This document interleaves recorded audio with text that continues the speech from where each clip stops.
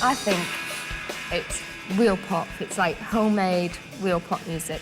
You think it's like a garagey pop thing, don't you, as well? It's just a big mishmash, quite percussive, and we love pop music, so really good, catchy songs. We had this, when we wrote the album, we had this theory that we wanted to sort of get an instant fix from each song. We would get bored if we couldn't remember it and stuff, so we sort of, if it wasn't working out within an hour or two, we would delete it, rather than keep trying to work on it for days and days. So I think we have quite a hit to the songs. Yeah, we're just flattered people are coming to our gigs and they're full and the crowds are really good.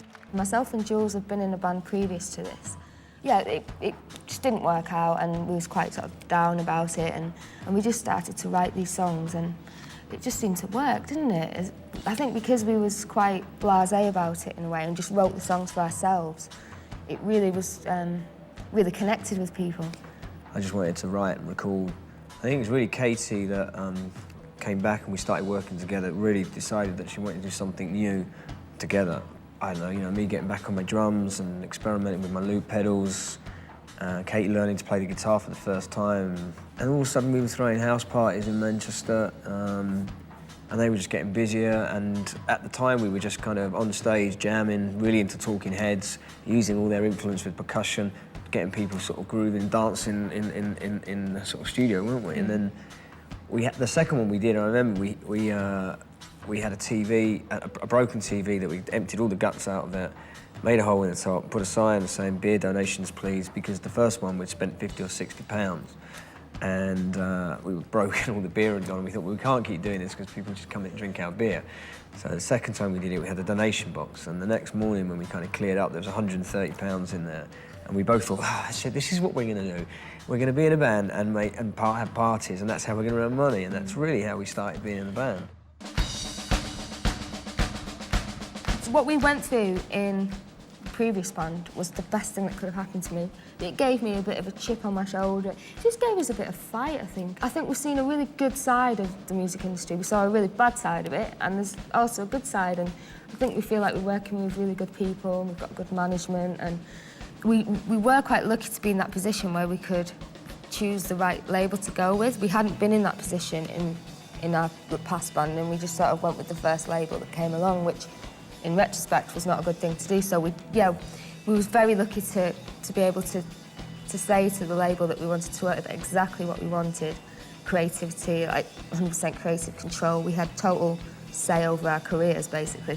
We're desperate to make our artwork and our music work ourselves. It gave us the freedom to produce our own album, which we recorded it all ourselves, and do all our sleeves and take shows to places like Berlin and New York. We came, and London. We put artwork up on the walls and asked the audience to draw our sleeves, and it was stuff that really all bands, I suppose, dream of doing. Just having the time to sort of experiment with their music and their artwork. And we got to do all that. All our ideas were quite strong, and the label just left us alone to do it. And hopefully, if it does kind of work out how it's working out now, then it's a good lesson for labels and bands. Because it's always got to come from the band. That's the problem with a lot of scenes. Musicians start something, everyone goes, "It's fantastic, but try this," and then it's gone.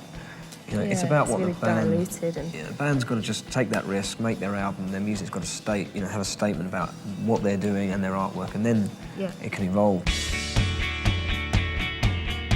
Here in America, I think we've been received really well. I mean, I love the way that people here like to be entertained.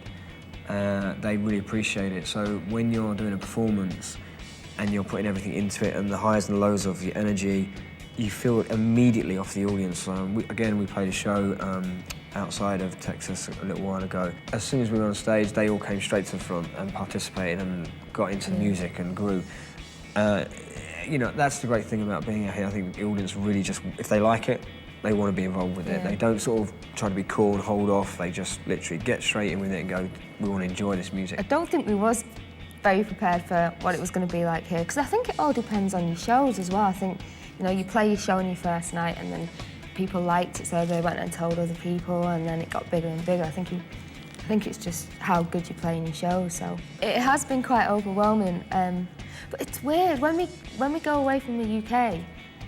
We seem to relax. It just feels like we're on holiday, and so it's quite stress-free and less nervous on stage, just because I don't think we understand the implications of who's watching us or what radio station. We're like, great, we don't know the radio station. It could be the biggest one in America, but because we're not from here, we wouldn't know it. So I think we come into it just really calm, and which is probably a good thing. Otherwise, we'd be tearing our hair out going, oh my God, so much is at stake. Thank you. Now we're going to do what I like doing best, which is playing my guitar quite simply and shouting a lot.